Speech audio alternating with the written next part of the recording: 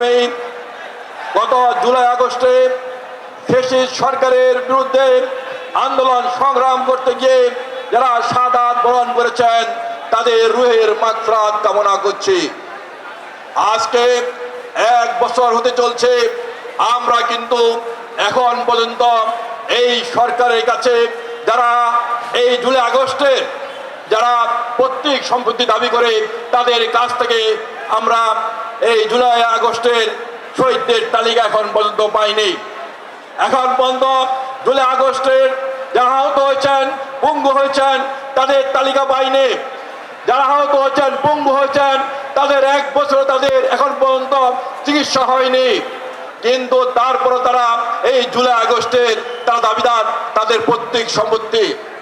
প্রিয় সাথী বন্ধুরা, আমরা দেখেছিলাম 1971 সনে বাংলাদেশের মানুষ যখন স্বাধীনতার জন্য আজ বুক বেঁধেছিল, তখন কিন্তু সেই 71 সনে আওয়ামী লীগ প্রধান শেখ মুজিব সহ আওয়ামী লীগের নেতারা কিন্তু জনগণের সাথে বেইমানি করে কেউ ভারতে পালিয়ে গিয়েছে এবং আওয়ামী লীগ প্রধান শেখ মুজিবুর রহমান পাক সরকারের কাছে তিনি সারেন্ডার করেছিল, জনগণের সাথে বেইমানি করেছিল। তখন বাংলাদেশের মুক্তিযুদ্ধের ঘোষক শহীদ রাষ্ট্রপতি জিয়া রহমান কিন্তু মাটি এবং মানুষের টানে সেদিন মুক্তিযুদ্ধে ঘোষণা দিয়ে রণাঙ্গনে যুদ্ধ করেছিল, মানুষকে একটি স্বাধীন দেশ দিয়েছিল, একটি পতাকা দিয়েছিল, একটি রাষ্ট্র দিয়েছিল।